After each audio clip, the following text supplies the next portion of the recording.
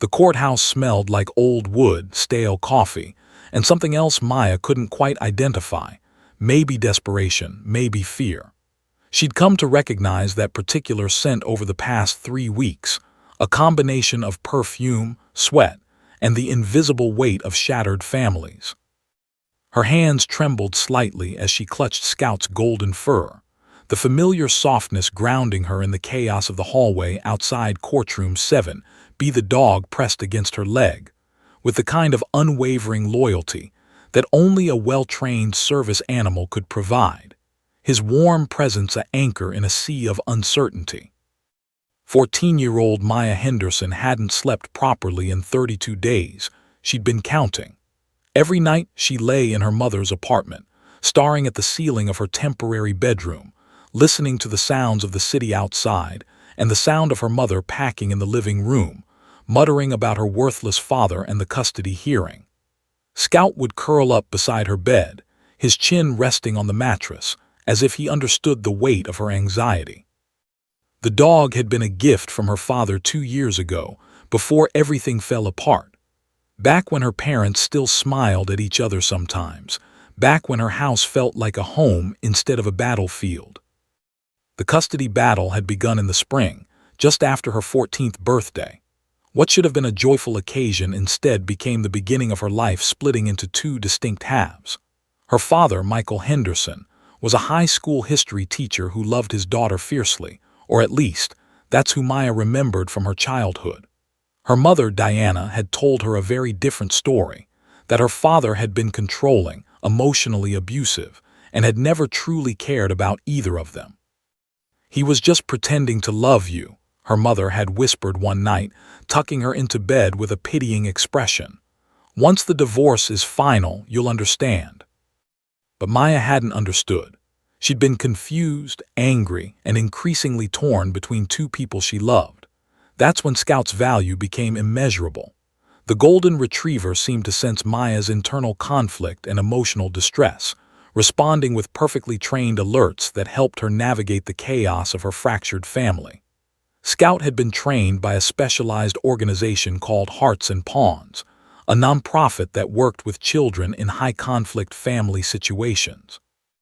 He was registered as an emotional support animal, though his training went far beyond the basics.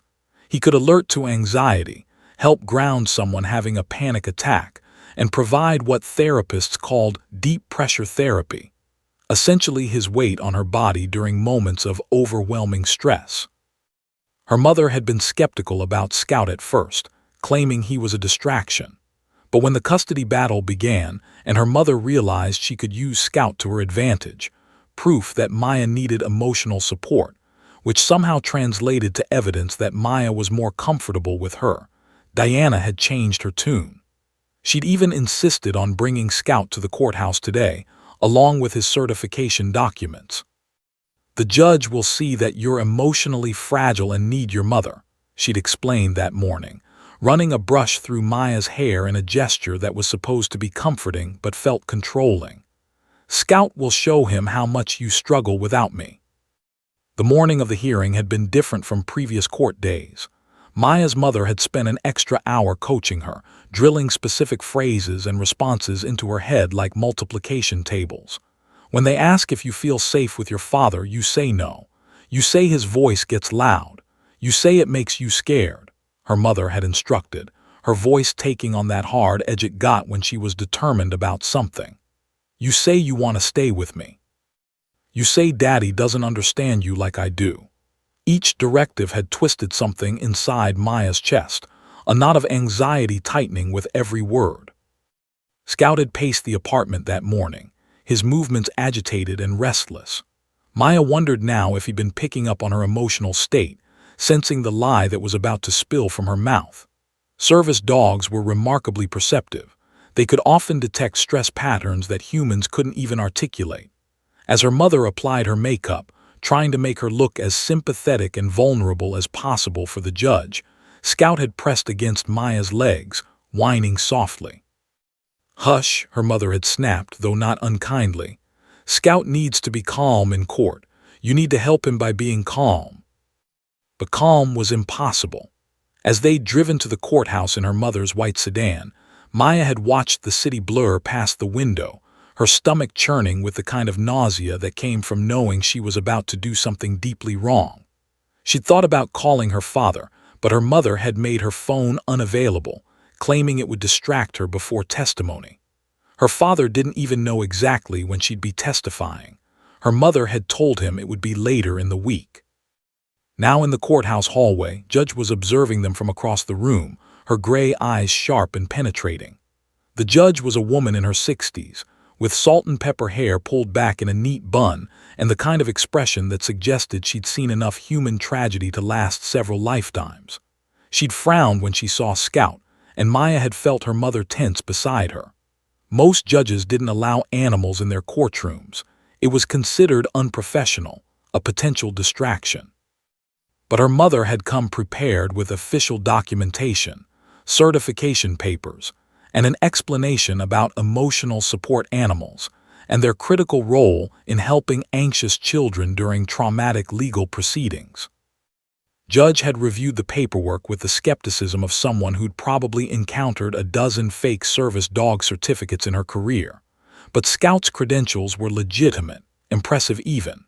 The judge had nodded once, curtly, and allowed them to proceed. That small victory had made her mother smile, though it was the kind of smile that didn't reach her eyes, the kind that looked more like the baring of teeth. As they walked into the courtroom, Scout's leash held firmly in Maya's mother's hand. Maya felt the weight of impossible expectations settling onto her shoulders like a physical burden. The courtroom was larger than she'd expected, with high ceilings and wood paneling that made it feel like a cathedral dedicated to justice rather than a place where families came to destroy each other. Her father sat on the opposite side of the room, his eyes finding her immediately. He looked tired, worn down by weeks of legal battles and his daughter's apparent rejection.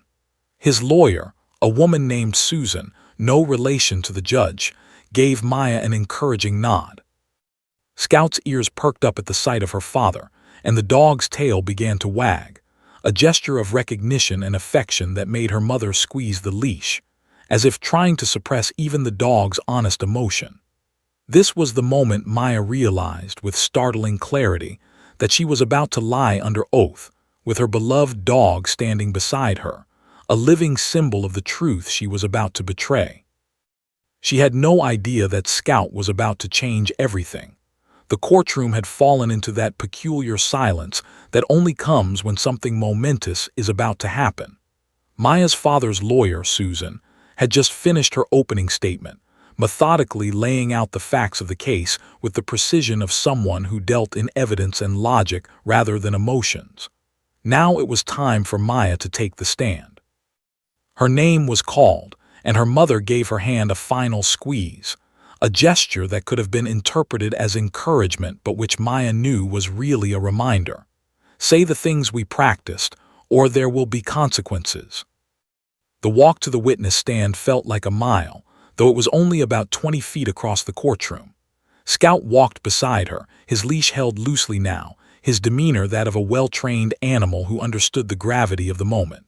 The court clerk administered the oath, asking Maya to place her hand on the Bible and promise to tell the truth, the whole truth, and nothing but the truth. Maya's mouth had gone dry. She couldn't have produced moisture if her life depended on it.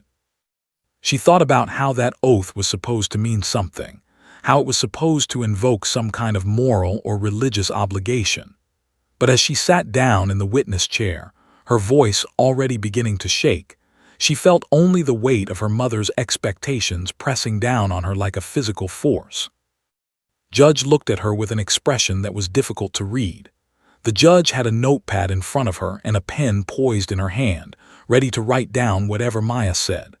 Behind the bench, the judge's expression was neutral, professional, the mask that judges wore to show they didn't judge, though of course they did. That was literally their job.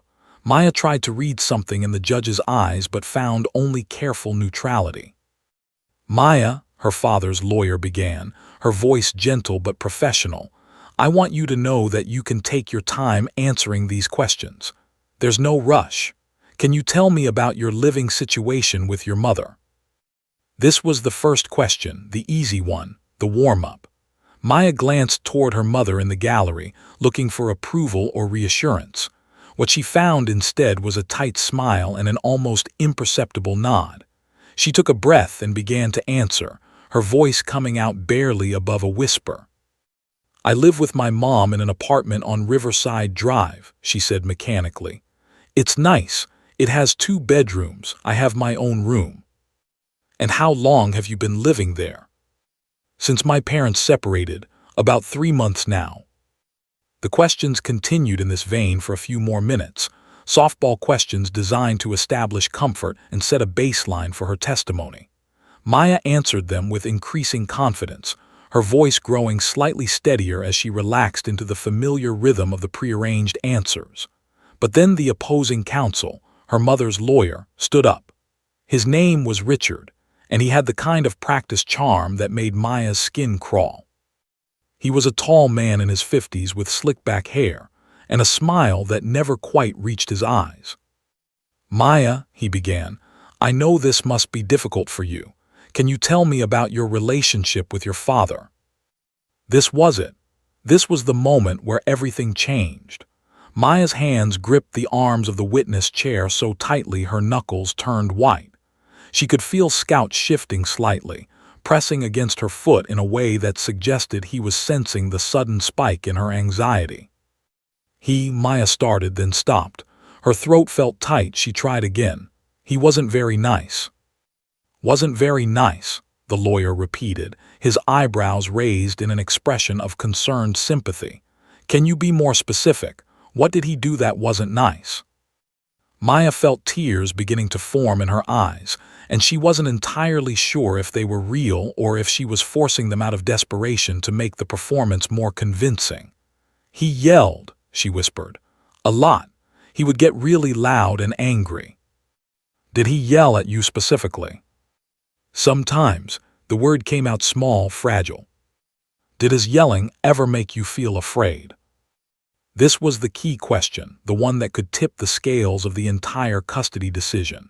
If Maya said yes, it would suggest her father was emotionally abusive and therefore unfit for custody. Her mother had drilled this answer into her head for weeks. The answer was supposed to be yes. It had to be yes. But as Maya opened her mouth to respond, something shifted inside her. A feeling of profound wrongness settled into her chest like a stone. She thought about the time her father had raised his voice, once, maybe twice in her entire life. She thought about how he'd yelled when she'd almost run into traffic without looking, his voice sharp and loud not from anger but from terror that she might have been hurt.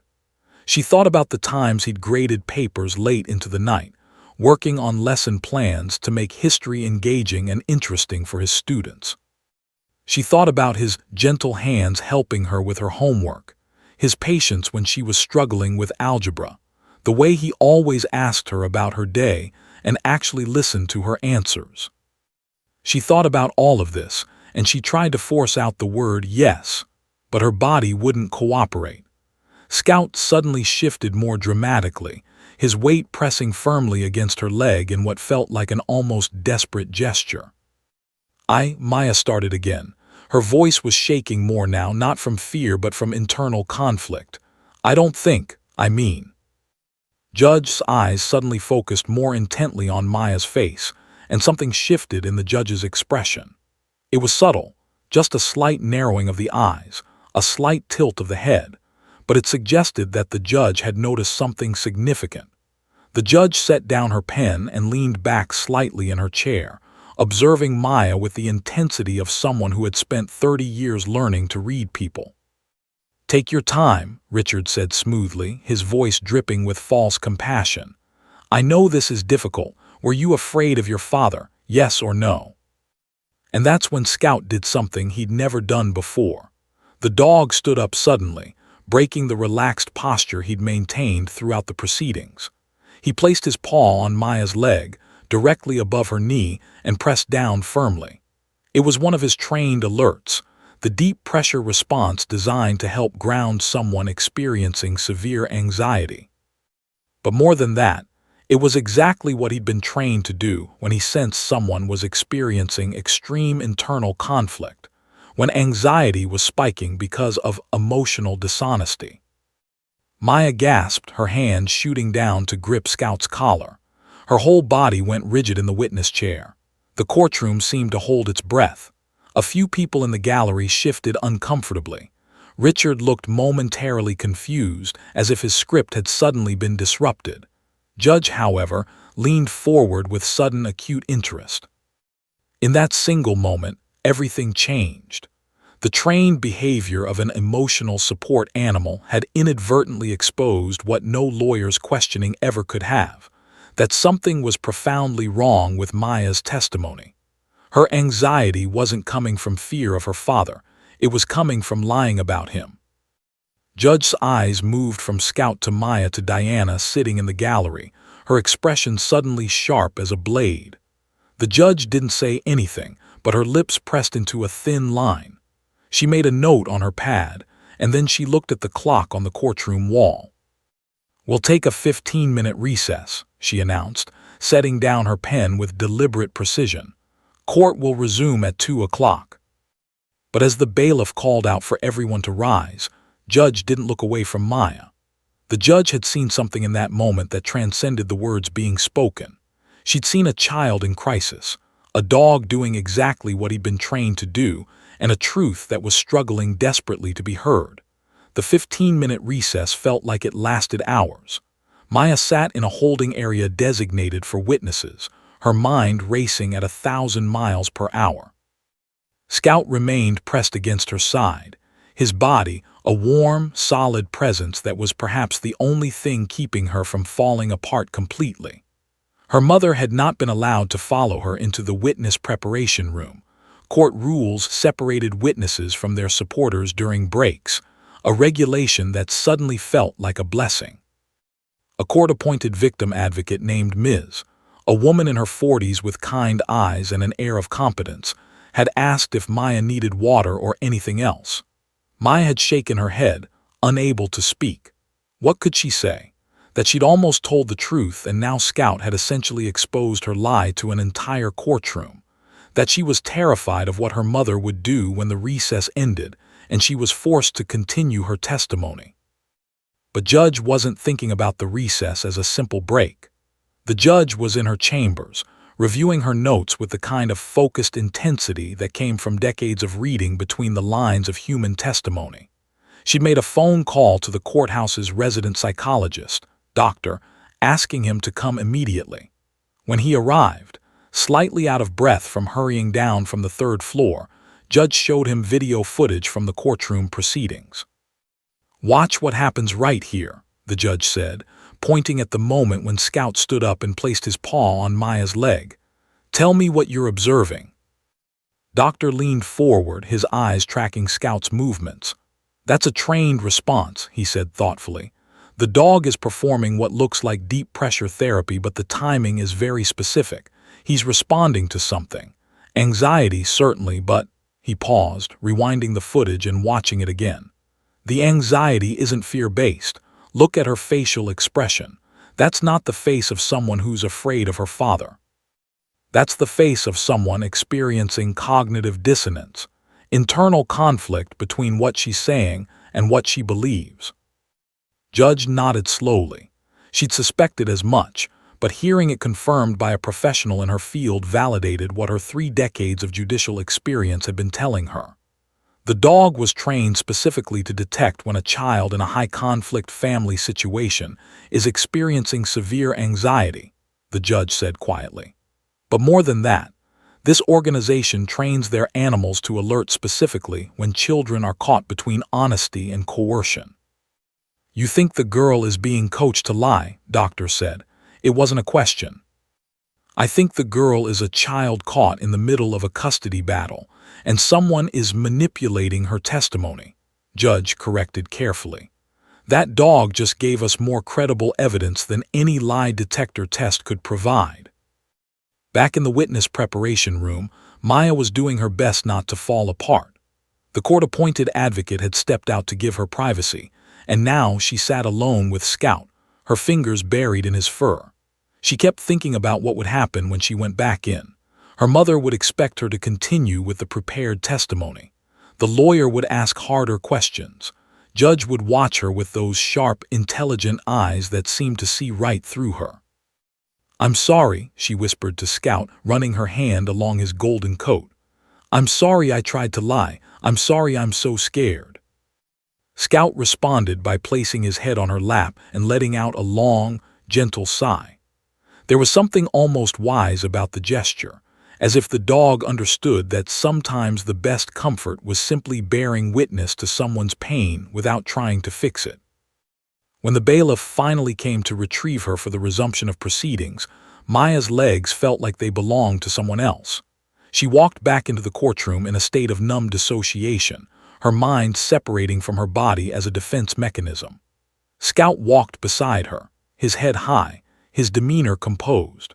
There was something about the dog's presence that commanded respect. Even the bailiff seemed to nod at Scout in a gesture of acknowledgement. But as soon as they stepped back into the courtroom, everything felt different. Judge was watching Maya with an intensity that hadn't been there before. The judge's expression had shifted from neutral professional to something closer to protective concern. Maya's mother, sitting in the gallery, had a tight smile on her face, and her hands clasped together so tightly her knuckles were white. Her father looked confused and hopeful at the same time, as if he sensed something had changed but couldn't quite articulate what. Richard stood up to continue his cross-examination. He looked slightly irritated at having been interrupted by the recess, as if he'd had momentum he didn't want to lose. "Maya," he began, his voice still carrying that false warmth, "before our break, I asked you whether your father's yelling made you afraid. Do you remember that question?" This was it. This was the moment of truth. Maya could feel the weight of every eye in the courtroom on her. She could feel her mother's stare boring into the back of her head like a physical force. She could feel her father's desperate hope. And she could feel Scout beside her, steady and present. "I remember," she said quietly. "And," the lawyer prompted, his pen poised to write down whatever came next. Maya opened her mouth to answer. She was about to say yes, the word her mother had programmed her to say. But then Scout shifted his weight, pressing more firmly against her leg. Not an alert this time, just a reminder, a grounding technique, a promise that she wasn't alone in this moment. Maya started, her voice barely audible. The entire courtroom seemed to be holding its breath. "I don't think my father's yelling scared me. He only yelled when he was worried about me being safe, like when I almost walked into traffic when I was little." There was a collective intake of breath from the gallery. Richard's carefully constructed expression flickered for just a moment. "So you're saying you're not afraid of your father?" he asked, his tone suggesting he couldn't quite believe what he was hearing. "I'm saying," Maya paused and Scout pressed against her one more time, "I'm saying I love my father, and I don't think he ever hurt me or made me feel unsafe. And I think I was saying those things because," her voice cracked, "because someone told me to." Judge's hand moved to her gavel, but she held it, waiting. Her eyes had shifted to Maya's mother in the gallery, and they were sharp as daggers. "Your Honor," Maya's mother's lawyer started to protest, standing up abruptly. "Sit down," Judge said, her voice cutting through the courtroom like ice. "We're going to take this opportunity to do a recess of a different nature. I'm ordering a full forensic evaluation, and I want both parents and the child in my chambers. Now." As the bailiff began ushering people out of the courtroom, Scout stood and placed his paw on Maya's leg once more. But this time, it wasn't an alert. This time, it felt like a promise that the truth, however scary, was finally getting its chance to be heard. Maya realized in that moment that she wasn't alone. Scout had been trying to tell her that all along. Judge descended from the bench, and as she passed Maya's chair, she made a small gesture. The gentlest nod of acknowledgement. It said, "I see you. I believe you. You did the right thing." The hardest part, Maya thought as she stood up to follow the bailiff to the judge's chambers, was just beginning. Judge's chambers were nothing like Maya had imagined. Instead of being intimidating or austere, The room was surprisingly warm, with soft lighting, lining the walls, and even a small water fountain in the corner that created a gentle bubbling sound. The judge had removed her robes and hung them on a wooden stand, looking somehow more human without them. There was a small sofa against one wall, and the judge gestured for Maya to sit there. Scout immediately jumped up beside her, his presence a calm anchor in a sea of uncertainty. Diana Henderson, Maya's mother, had been ushered into the chambers moments later by the bailiff. Her face had gone pale when she realized where she was and what was happening. She sat in a hard chair across from the judge's mahogany desk, her back rigid, her expression oscillating between indignation and barely concealed anxiety. Michael Henderson, Maya's father, had also been invited to the chambers, along with a court-appointed child psychologist named Dr. Sarah, who specialized in cases involving custody disputes and potential parental manipulation.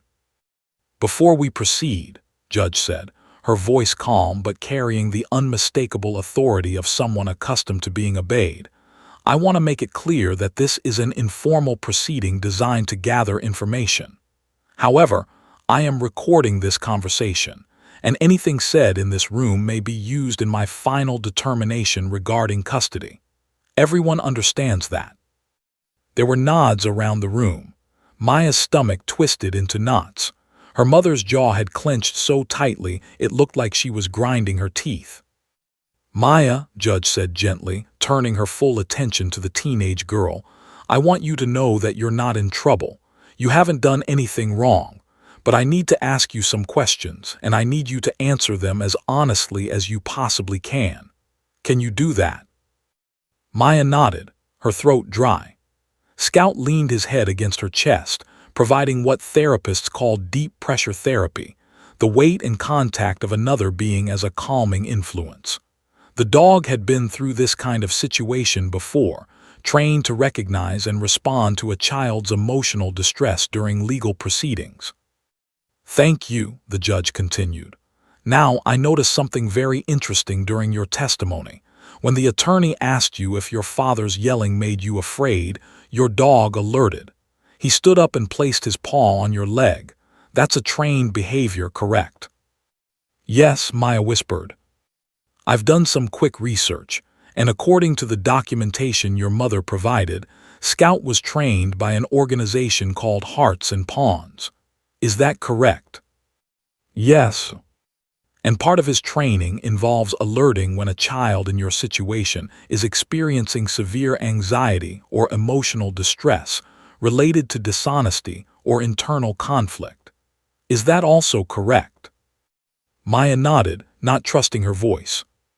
"So when Scout alerted during that question about your father, he was responding to genuine anxiety you were experiencing, not from fear of your father but from something else.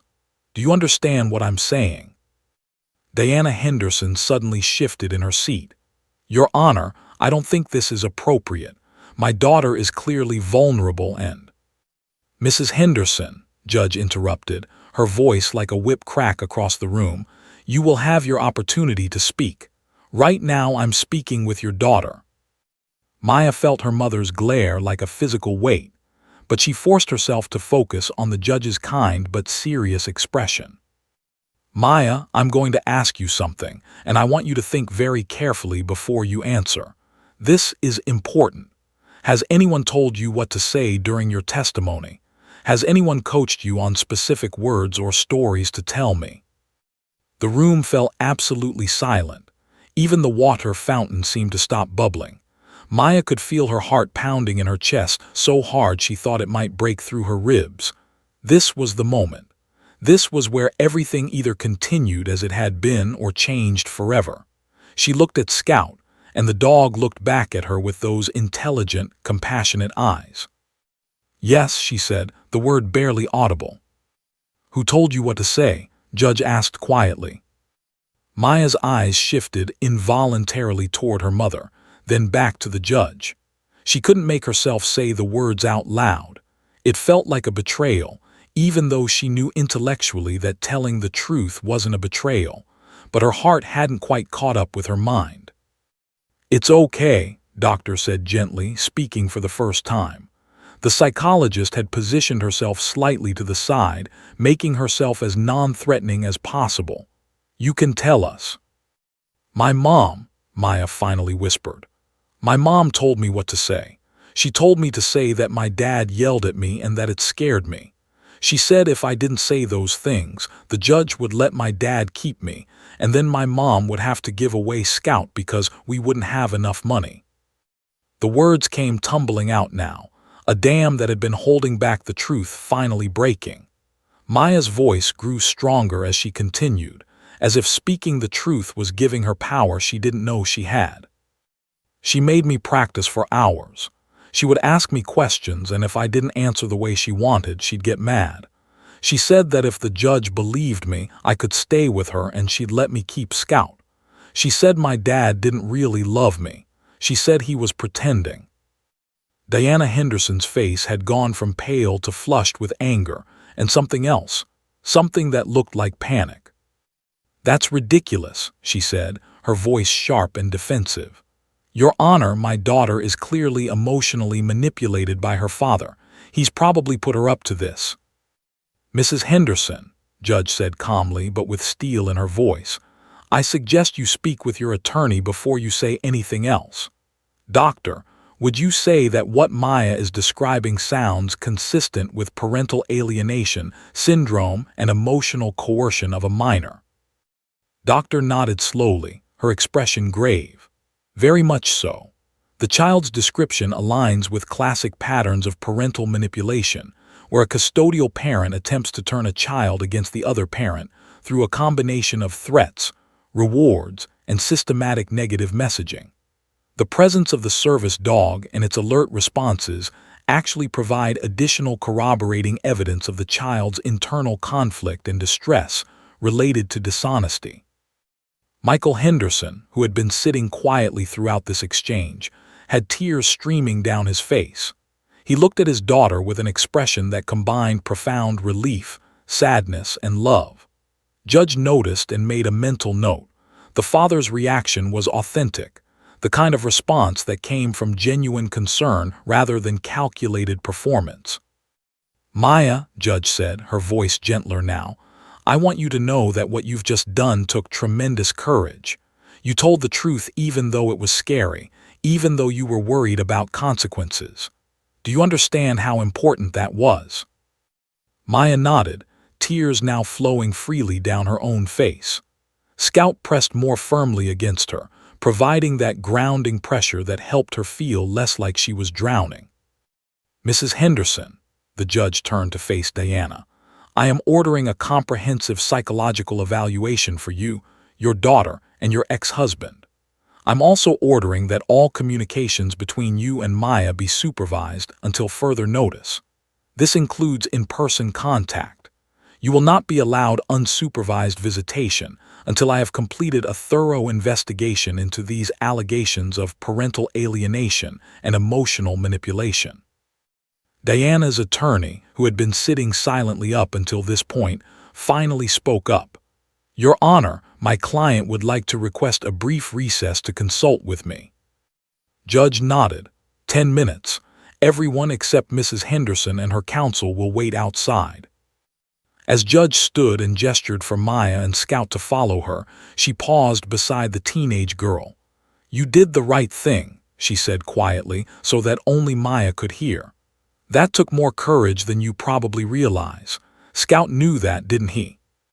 Maya looked down at her dog, who gazed up at her with unconditional love and acceptance. She nodded, not trusting her voice. As they exited the judge's chambers, Michael Henderson was waiting in the hallway. When he saw his daughter, he moved toward her but hesitated, clearly uncertain whether she wanted contact. Maya, for the first time in 3 months, closed the distance between them and threw her arms around him. Scout's tail wagged as father and daughter held each other, both crying, both relieved that the truth was finally coming out. With her father's arms around her and Scout pressed against her legs, Maya felt something shift inside her chest. It was as if a locked door had finally opened, and all the words she'd been holding back for months came rushing out like a flood. The hallway outside Judge Chambers suddenly felt safe, safer than anywhere she'd been in 3 months.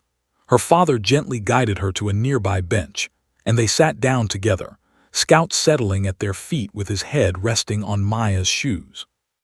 "It's okay," her father whispered, his voice thick with emotion. "You're safe now, you can tell me anything." And so Maya began to speak, the words tumbling out in a rush of confession and relief. She described how her mother had started the coaching campaign almost immediately after the separation was finalized. At first, it had been subtle, casual comments about how her father was too strict or didn't really understand her. But as the custody hearing approached, the coaching had become more intense, more systematic, more deliberately manipulative. "She made me practice every single day," Maya said, her voice shaking. "She'd ask me questions and make me answer them exactly the way she wanted. If I said something wrong, she'd get really upset and make me do it again. She said that if I didn't say the right things, the judge would think I was lying, and then my dad would get custody and I'd have to leave her." "What else did she tell you?" her father asked gently, his hand rubbing circles on her back. "She said you didn't really love me," Maya continued, each word seeming to cost her something. "She said you were just pretending to care because that's what the judge wanted to hear. She said that once the custody hearing was over and she won, everything would go back to normal. She promised I could get anything I wanted, new clothes, a new phone, a laptop. And she said," Maya's voice became even smaller, "she said if I didn't help her win, she'd take Scout away because we wouldn't have enough money to keep him." Michael Henderson's expression darkened with a combination of anger and heartbreak. "She threatened to take Scout away. She said we'd have to give him to a shelter because a single mom couldn't afford an expensive dog like him. She said Scout was expensive and we'd have to choose between keeping him or having enough money for rent and food." Maya's eyes filled with fresh tears. "I was so scared. I couldn't lose Scout." In Judge Chambers, while Diana and her attorney conferred in tense whispers, Doctor was making notes. The psychological evaluation would take weeks, but already the patterns were becoming clear.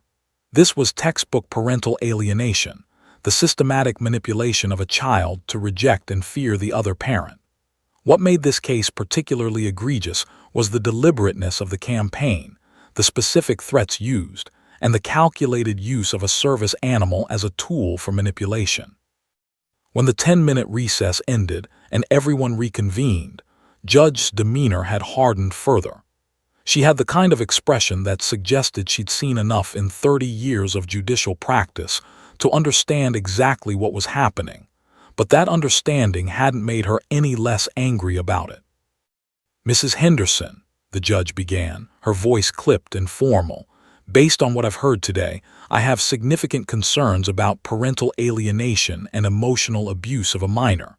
Before we proceed further, I want to bring in an independent evaluator. Doctor will be conducting a comprehensive psychological assessment of all parties. Until that evaluation is complete, custody arrangements will be temporarily modified." Diana's attorney started to object, but Judge held up her hand. "I'm not finished. Maya will remain in your custody but under supervision. Doctor will be conducting regular check-ins to ensure the child's and to document any further attempts at manipulation or coaching. Additionally, all communication between Mrs. Henderson and Mr. Henderson regarding custody matters will be mediated through the court. Is that understood?" The tension in the room was thick enough to cut with a knife. Diana's face had turned a mottled red, and she gripped the edge of her chair so tightly her knuckles went white. Over the following days, as Doctor began her comprehensive evaluation, the full extent of Diana's manipulation began to emerge. She kept detailed notes. Ironically, these would become evidence against her. She'd written reminders to herself about what lies to tell Maya, what threats to make, what rewards to offer. There were calendars where she'd blocked out time for testimony practice sessions. There were text messages to friends where she'd boasted about how well her strategy was working. One particularly damning discovery came when investigators examined Diana's search history.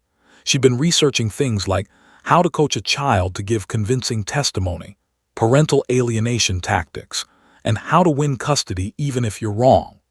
There were threads she'd participated in under a fake username, asking other parents for advice on how to turn their children against their ex-partners. The level of premeditation was staggering. Scout, meanwhile, had become the unexpected witness whose testimony couldn't be disputed.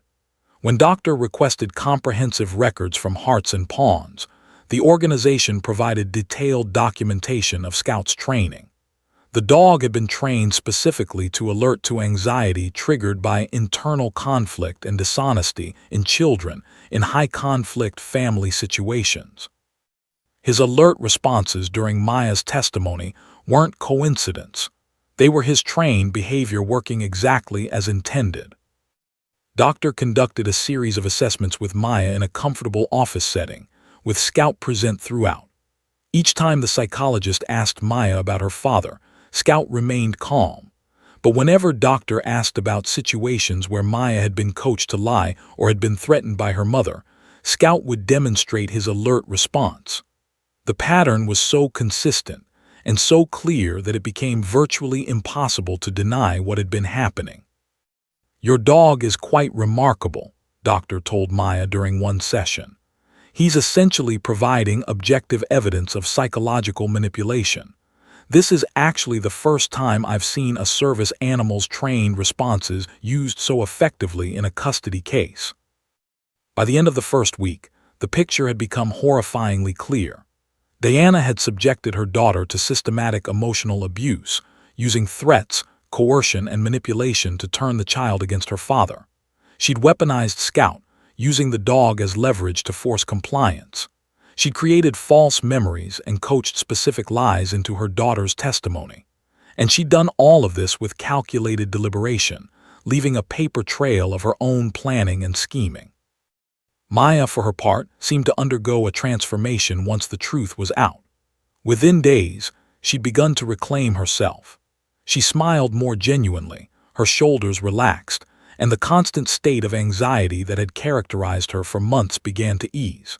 She still had Scout with her during all her interactions, but now the dog seemed to be providing comfort rather than serving as a forced participant in her mother's manipulation. Her father took her for pizza one evening, their first outing alone together since the separation. As they sat in their favorite pizza place, Scout lying contentedly under the table, Maya reached across and took her father's hand. "I'm sorry," she said quietly. "I'm sorry I believed the things she told me." "You have nothing to apologize for," her father said firmly. "You were a child caught in an impossible situation. You were threatened and manipulated by someone you trusted. What you did, telling the truth even when it was scary, that took real courage." "Scout helped," Maya said, glancing down at the golden retriever. "He helped me know what I was doing was wrong." The following Monday, when Judge received Doctor's preliminary report, the judge's suspicions were confirmed in overwhelming detail. The evidence of parental alienation was irrefutable. The systematic nature of the coaching was documented. The threats made to the child were corroborated. And most damning of all, the objective evidence provided by Scout's trained alert responses, combined with psychological testing, painted a clear picture of what had happened. Judge scheduled another hearing, but everyone knew how this was going to end. Diana Henderson had gone too far. She'd manipulated her daughter so thoroughly and so deliberately that she destroyed any chance of remaining the primary custodian. The question now wasn't whether the truth would come out. It already had. The question was what consequences Diana would face and what it would take for Maya to truly heal from the psychological abuse she'd endured. Scout, as always, remained by Maya's side, a four-legged guardian who'd managed to do what no human legal system could have done alone: speak truth when it mattered most. Judge's order for comprehensive documentation came down like a hammer. She subpoenaed Scout's complete training records from Hearts and Pawns, demanded video footage from all previous court proceedings, and ordered forensic analysis of Diana's electronic communications. What emerged over the following 2 weeks was so meticulously documented, so overwhelmingly clear, that even the most skeptical observer couldn't deny what had transpired. It was as if every piece of evidence had been carefully arranged by some invisible hand, all pointing toward the same inescapable conclusion: systematic, deliberate, calculated child abuse. The first major revelation came from Hearts and Pawns Training Facility. The organization's director, a woman named Doctor who held a doctorate in animal behavior and had worked with service dogs for 30 years, arrived at the courthouse carrying multiple binders filled with documentation. She was a tall woman with steel-gray hair and the authoritative presence of someone who'd spent decades training animals to perform complex behavioral responses. Scout's training file is extensive, Doctor explained during her testimony, placing the thick binder on the witness stand. We maintain detailed records of every dog we train, including their behavioral responses, alert triggers, and performance metrics. Scout completed a specialized program designed specifically for children in high-conflict custody situations. Judge leaned forward with interest. Can you explain what makes Scout's training different from a standard emotional support animal? Absolutely, Doctor replied. Most emotional support animals are trained to provide comfort and companionship, but Hearts and Pawns goes further. We train our animals to recognize and alert to specific psychological states that indicate a child is experiencing severe anxiety related to dishonesty or internal conflict. This is particularly useful in custody cases where children may be coached or manipulated into saying things that contradict their true feelings. How is that possible? The judge asked. How can a dog recognize dishonesty? Dogs don't recognize dishonesty in an abstract sense, Doctor explained carefully. What they recognize are the physiological markers of anxiety and stress. When a child is forced to say something that contradicts their genuine beliefs, something they know is a lie or something they're being coerced into saying, their body produces elevated cortisol, their heart rate increases, their breathing becomes shallow, and their muscle tension changes. A well-trained dog can detect these changes immediately. We train them to respond with specific alert behaviors. In Scout's case, a deep pressure response where he places his paw on the child and applies pressure to help ground them. The courtroom had fallen silent. Diana's attorney was taking frantic notes, clearly realizing that this testimony was devastating to his client's case. And you're telling us, Judge said carefully, that Scout's alert response during Maya's testimony was a trained behavioral response to anxiety triggered by internal conflict. Without question, Doctor replied. I've reviewed the video footage from the courtroom proceedings. Scout's response is textbook. The dog detected physiological markers of severe anxiety when Maya was asked whether her father's yelling made her afraid. But the anxiety wasn't fear-based, it was cognitive dissonance. The child's body was telling us that what she was saying didn't match what she truly believed. The next piece of evidence came in the form of video analysis. A forensic video expert named Thomas had been hired to analyze footage from all the previous court dates. Using slow-motion analysis and detailed frame-by-frame examination, he documented every single instance where Scout had demonstrated an alert response. The pattern was undeniable and consistent. Scout alerted whenever Maya was forced to make false statements about her father. In this clip from March 18th, Thomas explained, showing a segment on the courtroom's large screen, you can see Scout in a relaxed state while Maya is answering questions about her mother. His ears are down, his body posture is loose, he's completely calm. But at the exact moment the attorney asks Maya whether her father ever hit her, a claim we know to be false, Scout's ears perk up, his body tenses, and then he demonstrates the alert response. This pattern repeats in nearly identical fashion throughout the proceedings. He clicked through multiple clips, each one showing the same pattern. Calm when Maya was truthful or wasn't being forced to lie. Alert and responsive when she was being coerced into false statements. This is extraordinary, one of the court observers whispered to another. A dog is essentially providing video evidence of manipulation. But the evidence didn't stop there. When investigators obtained subpoenas for Diana's electronic devices, what they found was even more damning than anyone had anticipated. Diana had kept detailed notes on her laptop about her coaching strategy. There were Word documents titled Custody Strategy, What to Make Maya Say, and Questions to Practice with Maya. One particularly incriminating document dated to 3 weeks before the first hearing contained bullet points like, "Make sure Maya says Dad yelled at her. He only did once when she almost got hit by car. Remind her about the divorce being Dad's fault. It wasn't. Mutual decision. Tell her Scout will be taken away if we lose. Leverage to force compliance.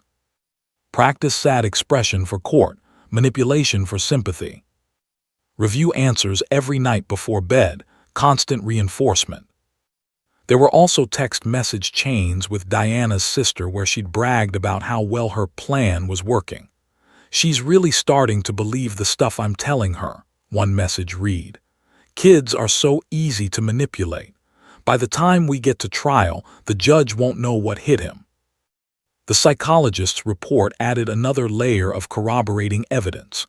Dr. Sarah's comprehensive evaluation documented the psychological impact of the manipulation on Maya. The report detailed how Diana had used classic coercion techniques, threats, "I'll give away Scout," promises of rewards, "You can have anything you want," and systematic negative messaging about her father, "He doesn't really love you." What Mrs. Henderson engaged in meets the clinical definition of parental alienation syndrome combined with emotional abuse, doctor stated in her written report.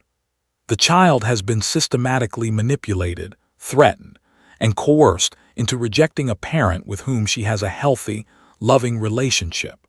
The presence of the service dog and its alert responses to the child's internal conflict provides additional objective evidence of this manipulation. Doctor had also conducted separate evaluations of Michael Henderson and found absolutely no evidence of abuse, neglect, or any of the behaviors Diana had accused him of.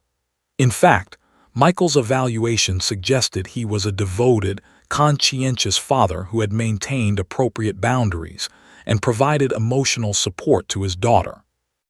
The most surprising piece of evidence came from a clinical psychologist who, as an expert witness for the court, Dr. Robert had reviewed all the materials, Scout's training records, the video analysis, the psychological evaluations, and Diana's own documented coaching strategy, and his conclusion was unambiguous. "In 25 years of forensic psychology work, Doctor, I have rarely seen a case where the evidence of parental manipulation is so clear-cut and so thoroughly documented. We have a service dog trained specifically to recognize anxiety related to dishonesty, and that dog alerted consistently and predictably whenever the child was being forced to lie. We have the accused coaching her coaching strategy in writing. We have psychological evidence of manipulation and coercion. We have video documentation of the pattern. Any one of these pieces of evidence would be significant. Combined, they are essentially irrefutable." By the end of Doctor's testimony, Diana looked like a woman who'd been caught in a trap of her own making. Her attorney was whispering urgently in her ear, clearly advising her of the dire situation she'd created for herself. Judge sat on the bench with an expression that suggested she'd heard enough. The evidence was so overwhelming, so meticulously documented, that there was virtually no way the judge could reach any conclusion other than the one staring her in the face. Scout, sitting calmly beside Maya in the courtroom gallery, seemed to sense the shift in momentum. The dog's presence had evolved from being a potential liability that Diana had tried to use to her advantage into something far more powerful, an objective witness to the truth, a four-legged testament to the reality of what had happened.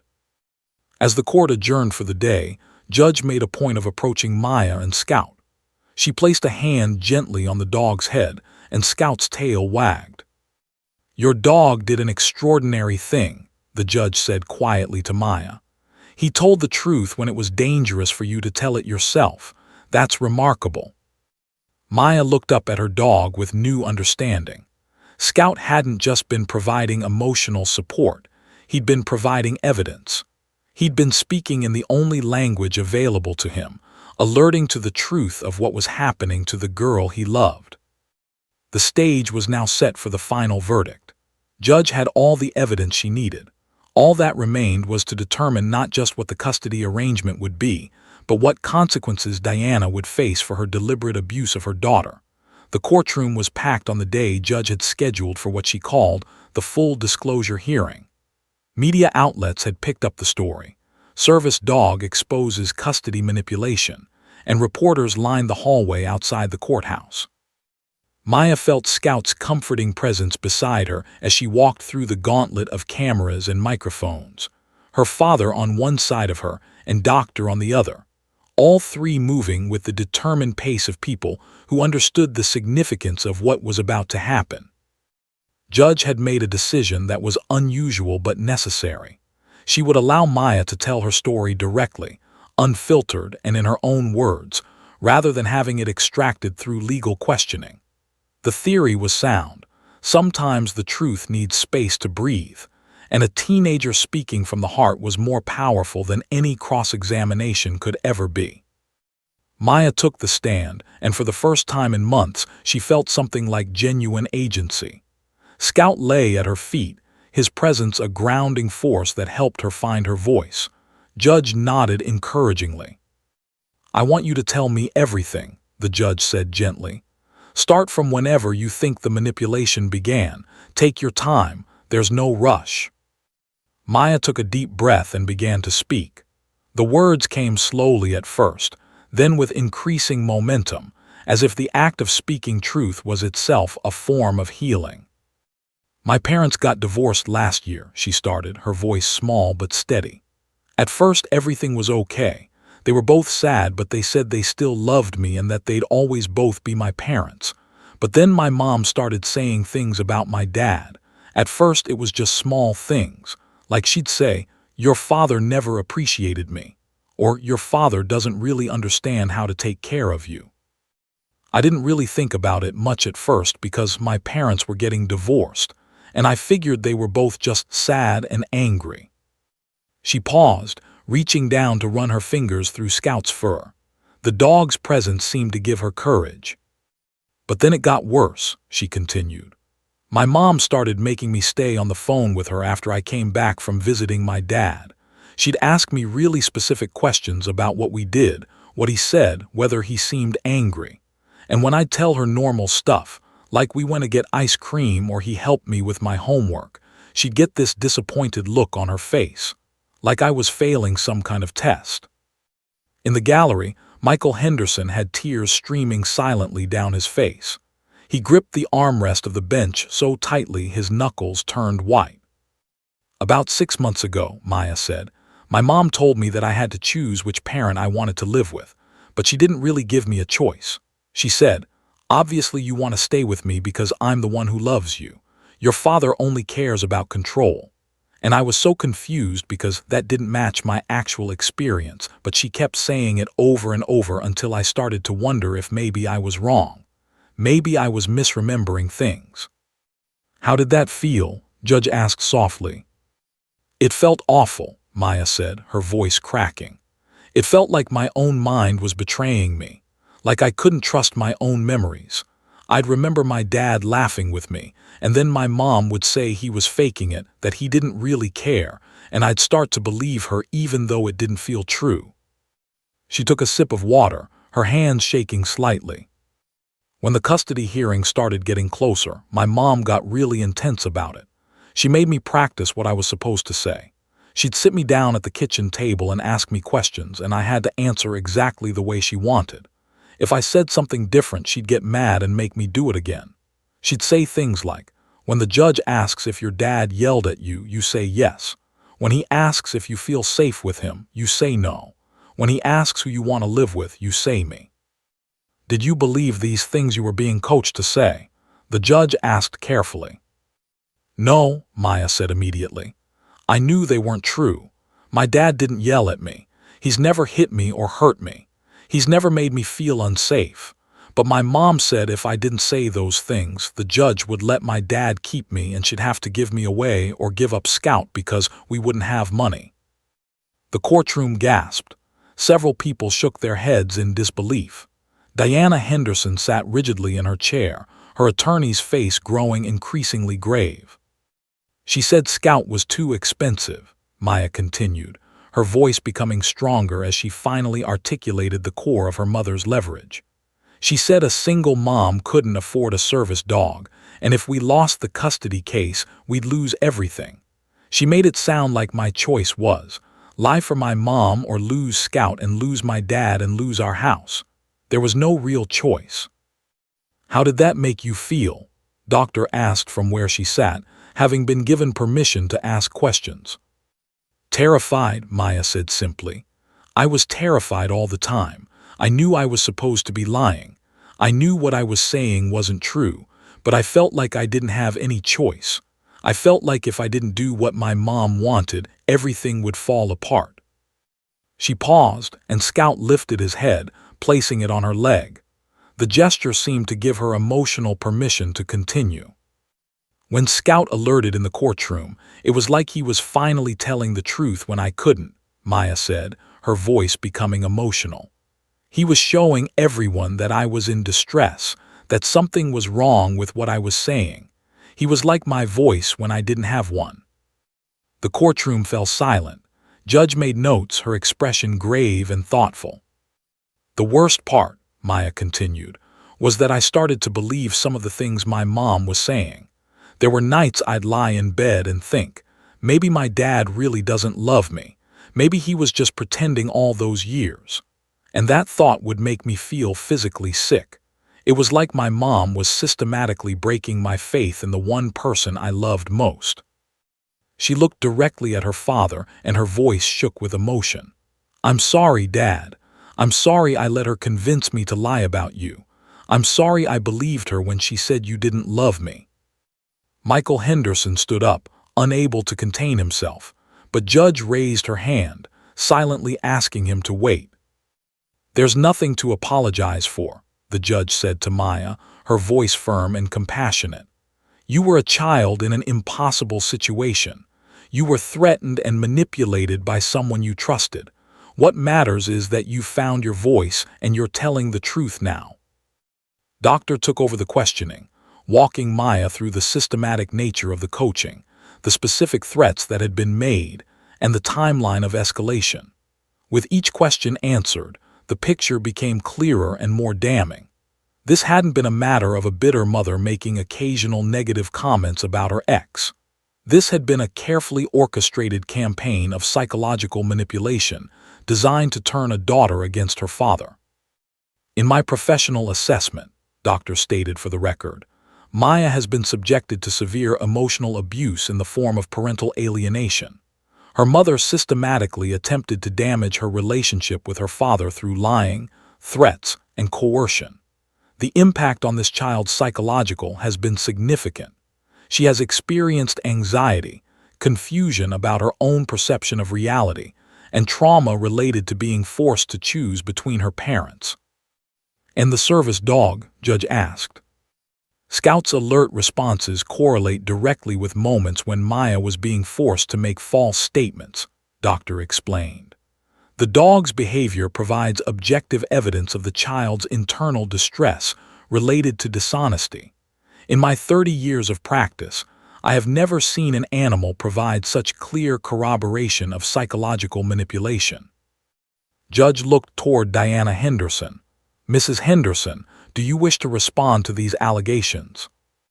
Diana's attorney whispered urgently in her ear. After a moment, Diana shook her head. Her attorney stood and announced, "My client declines to respond at this time." Judge's expression hardened. "Very well.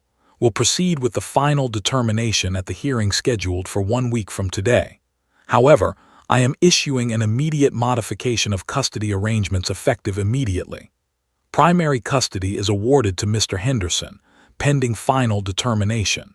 Mrs. Henderson will have supervised visitation only, no less than twice per week for 4 hours per session, supervised by a court-appointed monitor. Additionally, Mrs. Henderson is ordered to complete a psychological evaluation and anger management counseling before her visitation privileges can be increased. As the gavel came down, Maya felt something inside her release. Scout stood up and placed both paws on her lap, his tail wagging. She held the dog close, finally allowing herself to believe that the nightmare was ending. Her father was waiting at the courtroom gate when she emerged with Scout. He embraced her, and this time there was no fear, no uncertainty, only the pure relief of being reunited with someone she truly loved. "We're going home," her father whispered. "You're coming home with me." And for the first time in months, Maya believed it. 1 week later, Judge delivered her final ruling.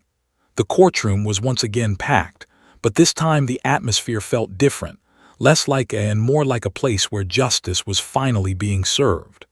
Maya sat beside her father, Scout's leash held loosely in her hand, the dog alert and present as always. Diana sat at the opposite table, flanked by her attorney, her face a carefully maintained mask of composure that didn't quite hide the underlying panic. Judge entered the courtroom with her black robes flowing behind her like the wings of some powerful bird of judgment. She settled into her seat at the bench and began to speak, her voice carrying the weight of 3 decades of judicial experience and the gravity of a decision that would reshape this family's future. "I have reviewed all the evidence presented in this case," Judge began, "including the psychological evaluations, the service dog training documentation, the video analysis, the digital forensic evidence, and the testimony of all parties involved. My conclusion is unequivocal. Mrs. Diana Henderson has engaged in systematic parental alienation and emotional abuse of her minor daughter. This abuse included threats, coercion, manipulation, and deliberate coaching, designed to damage the child's relationship with her father and force false testimony in court proceedings." Diana's attorney put a hand on her arm, but she shook it off, her jaw clenching. "Effective immediately," Judge continued, "primary physical and legal custody of Maya Elizabeth Henderson is awarded to her father, Michael Henderson. Mrs. Diana Henderson will have supervised visitation only, limited to 2 4-hour sessions per week, with a court-appointed supervisor present at all times. Mrs. Henderson is ordered to complete the following before any modification of visitation can be considered: a comprehensive psychological evaluation and treatment, parenting classes focused on healthy co-parenting in high-conflict situations, and individual therapy addressing the patterns of manipulation and control that led to this situation." The judge paused, looking directly at Diana. "Furthermore, this court finds that Mrs. Henderson's actions constitute emotional abuse of a minor. While I am not recommending criminal charges at this time, that determination rests with the prosecutor's office. I am making clear that this behavior has caused demonstrable harm to the child and represents a serious breach of her parental obligations." She then turned her attention to Maya, and her expression softened. "Maya Henderson, I want to acknowledge your courage in telling the truth despite tremendous pressure and fear. You demonstrated integrity and bravery that many adults struggle to find. Your willingness to honor the truth, even when it was difficult, has protected not just yourself, but potentially many other children who might have been affected by similar manipulative tactics." The judge's gaze then moved to Scout, and she smiled, a genuine, warm smile that showed the human being beneath the judicial robes. "And Scout," she continued, astonishing everyone by directly addressing the dog, "you provided testimony more powerful than any words could have. Your trained, alert responses gave voice to a child when she couldn't speak for herself. This court recognizes the extraordinary role this animal played in exposing the truth." As the gavel came down, there was an audible exhale in the courtroom. It was over. The legal battle had ended. Justice, in its own imperfect way, had been served. Michael Henderson stood immediately, and Maya threw her arms around him, Scout jumping up to place his paws on both of them, his tail wagging so hard his entire back half seemed to be moving. Michael held his daughter and wept openly, tears of relief, joy, and the complex emotions that come from watching your child suffer and finally being able to shield them from harm. Over the following weeks, as Maya transitioned into her father's home, the real work of healing began. The custody ruling was only the legal framework. The emotional and psychological recovery was a longer journey. Doctor had recommended continuing therapy, and Maya attended sessions twice a week, with Scout present in every one. The dog had become not just a comfort animal but a symbol of truth-telling, a physical reminder that honesty mattered and that being heard mattered. "How are you feeling about moving back in?" Doctor asked during one session, about 3 weeks after the ruling. "Better," Maya said thoughtfully, "but also weird. Like, I know my dad didn't do any of the things my mom said he did, but there's still this part of my brain that's like, waiting for him to turn into the person my mom described. It's like I'm waiting for the lie to become true." "That's a normal part of trauma recovery," Doctor explained. "Your nervous system was trained to expect threat and betrayal. Retraining yourself to trust and feel safe takes time. The good news is that you have an incredibly supportive father and a remarkable dog to help you through that process." Scout pressed his head against Maya's leg, as if on cue, and she smiled despite the complexity of her emotions. At school, Maya found that her experience had changed her in unexpected ways. She was more empathetic toward other students she suspected were in difficult family situations. She started a peer support group for kids dealing with divorce and family conflict. Several other students shared stories of manipulation and pressure they'd experienced, and Maya realized she wasn't alone. There were countless children navigating these impossible situations every day. What she also realized was that most of them didn't have Scout. Most of them didn't have a four-legged truth-teller who could alert to dishonesty and internal conflict. She began volunteering with Hearts and Pawns, helping them understand the specific needs of children in custody disputes. Her story became the organization's most powerful marketing tool, a real-world example of how service dogs could protect vulnerable children. 6 months after the custody ruling, Judge's decision in the Henderson case became a landmark ruling in family law. Law schools began teaching it as an example of how unconventional evidence, in this case, a trained service dog's alert responses, could corroborate claims of parental manipulation. Legal journals published articles about the case. Family law attorneys called it groundbreaking. But for Maya, the most important outcome wasn't the legal precedent. It was the simple fact that she could now live her life without fear. She could talk to her father about her day without anxiety twisting her stomach. She could trust her own memories and perceptions. She could believe that she was loved. On the 1-year anniversary of the custody hearing, Michael Henderson planned a small celebration. He took Maya and Scout to their favorite restaurant, the same pizza place where they'd reconnected during the trial. As they sat at their table, Scout contentedly under the table as always, Michael raised his glass of soda in a toast. "To second chances," he said, "to truth, and to Scout who understood truth when nobody else could quite articulate it." Maya clinked her glass against his, and Scout's tail thumped against the floor. "I want to write a book," Maya announced suddenly. "About what happened, about my experience with parental alienation, about Scout and how he helped me. I think other kids need to know they're not alone." Her father smiled, the kind of smile that comes from watching your child not just survive but genuinely thrive. "I think that's an excellent idea."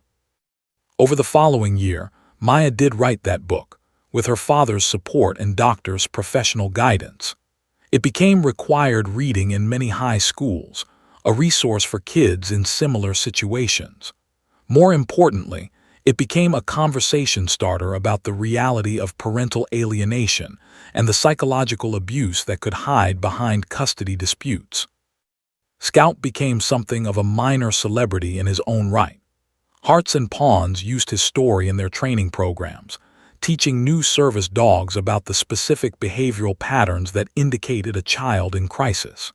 He was featured in articles, appeared on podcasts, and became the face of a movement to recognize service animals' unique capacity to serve as objective witnesses to psychological abuse.